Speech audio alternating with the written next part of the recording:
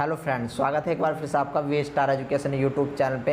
And आज का जो हमारा लेक्चर है वो है ट्रांसलेशन प्रोसेस के ऊपर। ठीक है, तो मोलिकुलर बायोलॉजी का ये आपका सेकंड लास्ट लेक्चर बचा हुआ है। इसके बाद हम जीन रेगुलेशन और देखेंगे एंड ये आपका सेकंड लास्ट लेक्चर है। ठीक है ना, तो ट्रांसलेशन से पहले मैं आपको काफ़ी कुछ मोलिकुलर बायोलॉजी में पढ़ा चुका हूँ। ठीक है, तो भी अगर लेक्चर आपने नहीं देखे तो देख लेना।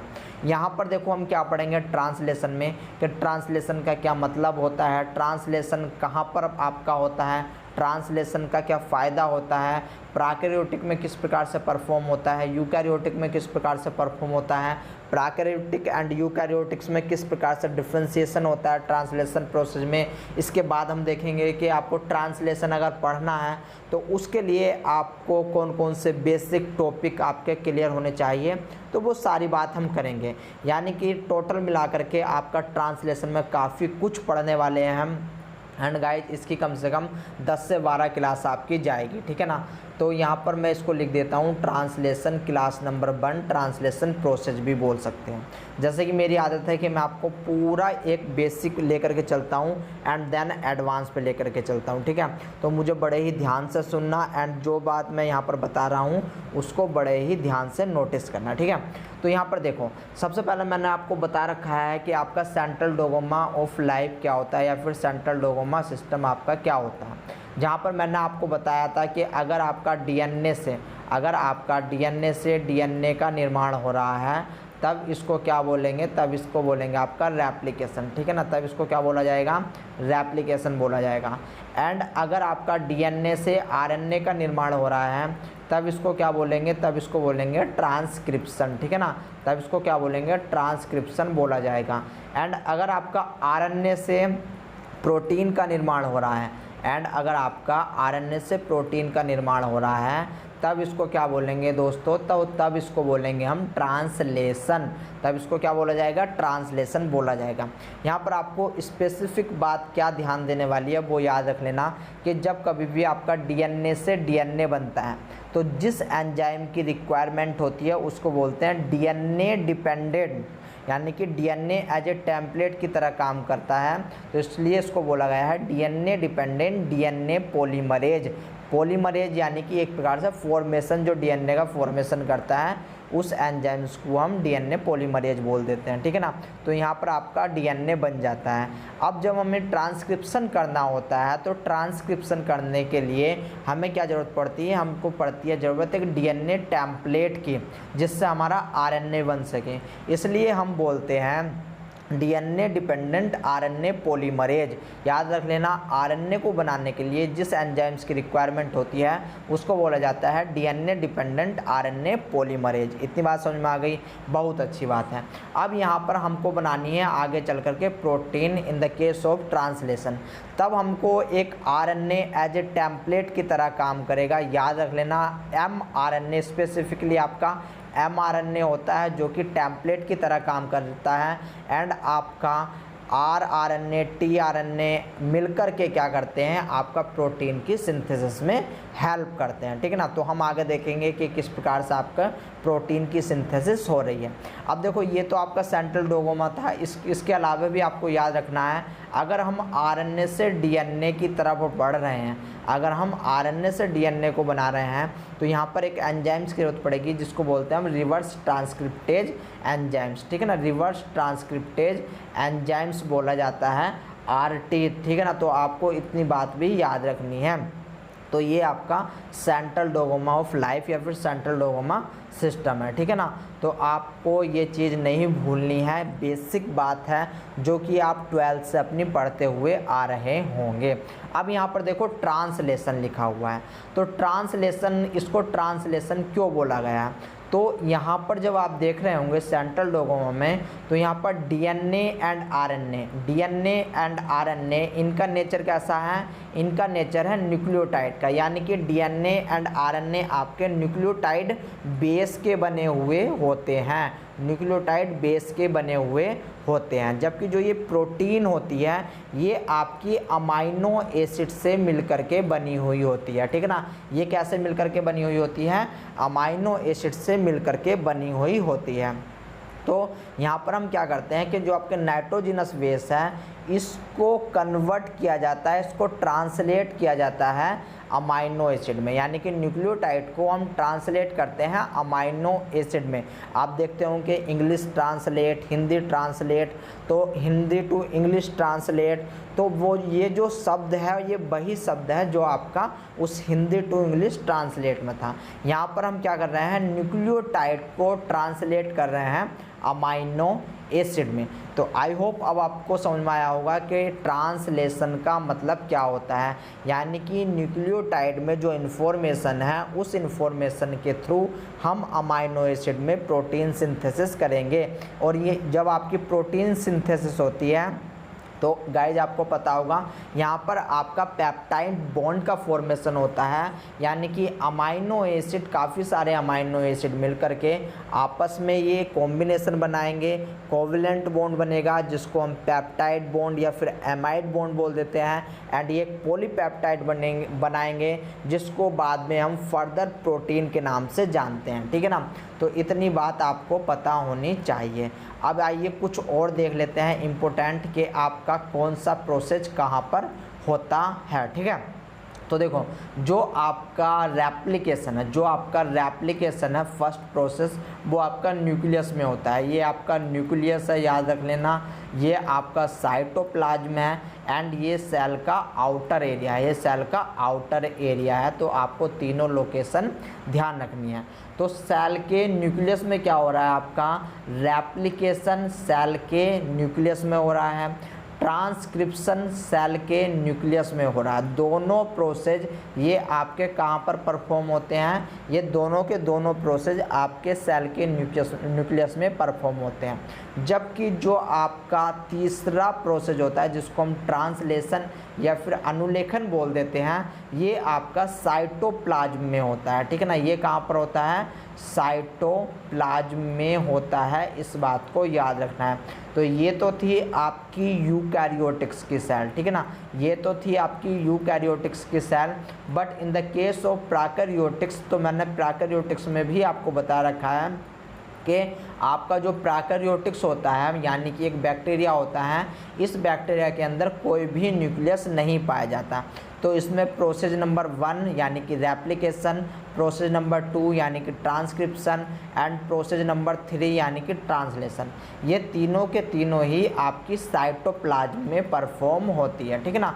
तीनों की तीनों ही कहाँ पर आपका होगा, ये साइटोप्लाज्म में आपकी जा कर के होने वाली है। अब गाइज यहाँ पर जो है यूकैरियोटिक एंड प्रोकैरियोटिक्स में जब आप पढ़ोगे तो यहाँ पर जो बेसिक स्टेप होते हैं ट्रांसलेशन के लिए वे नियरली सेम होते हैं, ठीक है ना। बट इनके अंदर जो लगने वाले एंजाइम्स होते हैं वे डिफरेंट होते हैं, ठीक है। तो आपको इतनी बात समझनी है। इसके बाद अगर आपको इतनी बात समझ में आ गई है तो बहुत ही अच्छी बात है। अब थोड़ा सा और आगे चलते हैं। आज की क्लास आपकी पूरी की पूरी बेसिक होने वाली है, तो आपको इस बात को भी याद रखना है, ठीक है ना। तो अब आगे चलते हैं एंड ट्रांसलेशन के बारे में थोड़ा सा देख लेते हैं। The process of protein formation in cytoplasm is known as translation, यानी कि साइटोप्लाज्म के अंदर प्रोटीन फॉर्मेशन को ही हम ट्रांसलेशन यानी कि अनुलेखन बोल देते हैं, ठीक है ना। And it take place on ribosomes, ये कहाँ पर परफॉर्म होती है साइटोप्लाज्म के अंदर, राइबोसोम्स के ऊपर परफॉर्म होती है। इसलिए राइबोसोम्स को हम प्रोटीन फैक्ट्री भी बोल देते हैं। क्या होता है, जब किसी फैक्ट्री में आपका कोई भी प्रोडक्ट बनता है, ठीक है ना, कोई फैक्ट्री है उसमें कोई प्रोडक्ट बनना है तो वो उसी के नाम से जाना जाएगा। तो राइबोसोम्स है, राइबोसोम्स के ऊपर अब क्या बनना है, आपकी प्रोटीन बन रही है, इसलिए इसको बोलते हैं प्रोटीन फैक्ट्री। राइबोसोम्स को बोलते हैं protein factory. The process of protein synthesis is called translation, यानी कि आपका जो है जब आपकी प्रोटीन की सिंथेसिस होती है तब उसको हम ट्रांसलेशन बोलते हैं। Because genetic information in the nucleic acid language, यानी कि nucleotide language convert into protein language. क्या मतलब है इस लाइन का, कि आपकी जो ये न्यूक्लियोटाइड लैंग्वेज है यानी कि जेनेटिक लैंग्वेज है, इसको हमने अमाइनो एसिड में कन्वर्ट करा है, अमाइनो एसिड की लैंग्वेज में कन्वर्ट करा है। एंड इस कन्वर्जन को ही ट्रांसलेशन बोला गया है, ठीक है ना, इस कन्वर्जन को ही ट्रांसलेशन बोला गया है। एंड ये परफॉर्म हो रही है आपकी साइटोप्लाज्म के अंदर, चाहे आपका प्रोकैरियोटिक्स हो चाहे यूकैरियोटिक्स हो, दोनों में कहाँ पर परफॉर्म हो रही है, आपकी साइटोप्लाज्म के अंदर परफॉर्म हो रही है, ठीक है ना। इसके बाद देखो नेक्स्ट चलते हैं, द ट्रांसमिशन, ये आपका पूरा हो गया, because genetic information in nucleic acid language convert into protein language, यानी कि अमाइनो एसिड लैंग्वेज, ठीक है ना। आपको ध्यान देना है जो आपके डीएनए एंड आरएनए होते हैं वे आपके नाइट्रोजनस बेस के बने हुए होते हैं, जबकि जो प्रोटीन होती है वो आपकी पॉलीपेप्टाइड यानी कि अमाइनो एसिड से मिलकर के बनी हुई होती है, ठीक है ना। किस प्रकार से कन्वर्जन होता है वो सब हम आगे देखने वाले हैं, तो अभी चिंता करने वाली कोई बात नहीं है, बेसिक समझो। The transmission of genetic information from DNA to protein is occur in 2 stage, यानी कि जब आपका ट्रांसमिशन होता है genetic information from DNA to protein, ये आपका 2 स्टेप में होता है। पहला स्टेप होता है आपका ट्रांसक्रिप्शन, पहला स्टेप क्या होता है आपका transcription, the information is transcribe into mRNA, यानी कि डीएनए से सबसे पहले इंफॉर्मेशन आपकी कहाँ पर आएगी, mRNA में आएगी। इसके बाद ये जो mRNA में इंफॉर्मेशन आई है, the information carried by mRNA is read to give the sequence of amino acid making a polypeptide chain, यानी कि इस mRNA के अंदर आपके कोडोन पाए जाते हैं। क्या होते हैं कोडोन हम देखेंगे, उन कोडोन सीक्वेंस को ही रीड करके अमाइनो एसिड पेप्टाइड का फॉर्मेशन होता है। अब किस प्रकार से होता है हम आगे बात करेंगे, ठीक है ना। जो पहली बार देख रहे हैं इत्मीनान से एंड तसल्ली पूर्वक देखते रहना भाई, यहाँ पर एक एक बात मैं आपको बताने वाला हूँ। इसके बाद the machinery responsible for translating the language of mRNA into the language of protein is composed of 4 primary component, यानी कि जो आपकी ये ट्रांसलेशन प्रोसेस होता है उसके लिए आपको किस किस चीज़ की रिक्वायरमेंट होती है, तो वो यहाँ पर लिखा हुआ है। सबसे पहले आपको एक mRNA चाहिए होता है, एक tRNA चाहिए होता है, एक अमाइनो एसिड tRNA सिंथेटेज चाहिए होता है। ये आपका एक एंजाइम्स होता है जो स्पेसिफिकली क्या काम करता है, अमाइनो एसिड का एक्टिवेशन करता है, ठीक है ना। अब ये अमाइनो एसिड एक्टिवेशन क्या होता है भाई हम आगे देखने वाले हैं, तो वरी करने की ज़रूरत नहीं है, ठीक है ना। पूरा का पूरा पढ़ेंगे, आपका ऑलमोस्ट ये आपकी 2 क्लास ले लेगा अमाइनो एसिड एक्टिवेशन आपकी, ठीक है ना। इसके बाद रिक्वायरमेंट होती है राइबोसोम्स की, ठीक है ना। रिक्वायरमेंट हमें किसकी होती है, राइबोसोम्स की। तो इन 4 चीज़ों की रिक्वायरमेंट होती है हमें ट्रांसलेशन करने के लिए, ठीक है। इतनी बात समझ में आ गई, बहुत ही अच्छी बात है। अब इसके बाद देखो हमें पढ़ना है ट्रांसलेशन। तो ट्रांसलेशन पढ़ने के लिए गाइज हमको क्या क्या चीज़ आनी चाहिए, मतलब कौन कौन से टॉपिक, कौन कौन सा बेसिक हमें आना चाहिए, इस बात को ज़रा ध्यान से सुन लो, क्योंकि सबसे पहले मैं इन्हीं की क्लास रखूँगा। तो सबसे पहले आपको tRNA क्या होता है, tRNA कितने टाइप्स का होता है, tRNA के कौन कौन से मॉडल होते हैं, tRNA का फंक्शन क्या होता है, ये आपको पता होना चाहिए, जो कि मेरी अगली क्लास होने वाली है, यानी क्लास नंबर 2। इसके बाद बात करेंगे हम rRNA। आपको पता होना चाहिए कि rRNA क्या होता है, rRNA कहाँ पर प्रेजेंट होता है, rRNA किस प्रकार से काम करता है, इसकी स्ट्रक्चर क्या होती है, वो सारी चीज़ हम देखेंगे। यानी कि क्लास नंबर 2 आपका tRNA ले लेगा, क्लास नंबर 3 आपका rRNA ले लेगा। फिर इसके बाद हम चौथी क्लास में नंबर 4 क्लास में बात करेंगे अपनी mRNA के बारे में, कि mRNA की स्ट्रक्चर क्या होती है, कैपिंग क्या होता है, आपका नॉन कोडिंग रीजन क्या होता है, ORF क्या होता है यानी कि ओपन रीडिंग फ्रेम क्या होता है, पॉलीएडिनाइलेशन 3 एंड पे क्या होता है, आपका 5 एंड पे क्या होता है, एंड कौन सा किस प्रकार से कार्य करता है इस mRNA में, ठीक है ना। किस प्रकार से आपका जो है ये mRNA का स्ट्रक्चर होता है, वो सारी चीज़ देखेंगे। फिर इसके बाद बात करेंगे हम 5वीं क्लास में अपनी जेनेटिक कोड के बारे में, ठीक है ना। यानी कि हम देखेंगे कि आपका जेनेटिक कोड किस प्रकार से आपके कोडोन प्रेजेंट होते हैं, 64 कोडोन कैसे होते हैं आपके, ठीक है ना। क्यों 64 बने हैं, क्यों नहीं आपके वे 16 या फिर 20 बने, जब अमाइनो एसिड आपके 20 है तो क्यों नहीं आपके वे आपके मतलब 20 ही बन पाए हैं, ठीक है ना। तो जेनेटिक कोड को हम पूरा पढ़ेंगे, जिसमें हम नीरेन वर्ग में थाई हरगोविंद खुराना वो सब कुछ देखने वाले हैं, ठीक है ना। बात करेंगे कि कौन सा आपका स्टॉप कोडोन होता है, कौन सा आपका ओखरे, अंबर, ओपेल, ठीक है ना, ये कौन से कोड होते हैं एंड ये किस प्रकार के अमाइनो एसिड को कोड करते हैं। लाइसिन आपका अगर पॉलीएडेनाइलेशन किस प्रकार से होता है, पॉलीयूरिडीन कैसा होता है, पॉलीलाइसिन कैसा होता है, जेनेटिक के कौन कौन से, जैसे ट्रिपलेट क्या होता है, कोडोन डीजेनरेसी, ठीक है, कोडोन बायस क्या होता है, ये सारी चीज़ हम जेनेटिक कोड में पढ़ने वाले हैं, ठीक है। तो काफ़ी कुछ रहने वाला है। इसके बाद 6th क्लास में हम बोवल हाइपोथेसिस पर चलेंगे एंड गाइज ये बोवल हाइपोथेसिस आपके लिए बहुत ज़्यादा इम्पोर्टेंट है, ठीक है ना।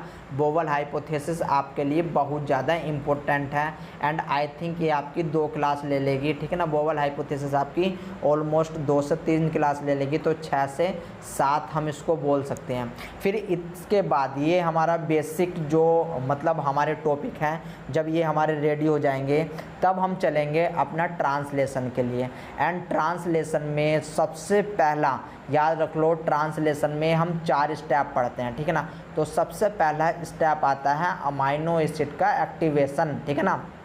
क्या आता है, अमाइनो एसिड का एक्टिवेशन। तो सबसे पहले तो हम ये देखेंगे कि अमाइनो एसिड का एक्टिवेशन कैसा होता है, या इसको हम tRNA चार्जिंग के नाम से भी बोलते हैं, ठीक है ना। tRNA चार्जिंग क्या होता है, तो ऑलमोस्ट आपकी 2 क्लास ये ले लेगा। इसके बाद हम बात करेंगे सेकंड आपका जो होता है इनिशिएशन आ जाता है। हम बात करेंगे कि आपका इनिशिएशन किस प्रकार से होता है। फिर इसके बाद हम बात करेंगे कि आपका इलोंगेशन में क्या क्या आता है, कौन कौन से फैक्टर आते हैं। फिर नंबर 4 पे हम टर्मिनेशन पे बात करेंगे, ठीक है ना, टर्मिनेशन पे बात करेंगे।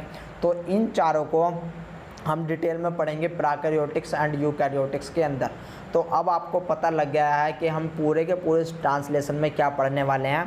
तो अगर ये आपको पढ़ना है तो आप मेरे साथ जुड़ सकते हो। चैनल को अभी तक सब्सक्राइब नहीं करा दोस्तों, तो चैनल को सब्सक्राइब कर सकते हो एंड वीडियो को लाइक्स भी कर सकते हो, जैसे भी आपकी इच्छा हो। तो मिलता हूँ आपसे मैं नेक्स्ट लेक्चर के लिए, जो कि आपका होने वाला है tRNA के लिए। दोस्तों तब तक के लिए टाटा एंड बाय बाय।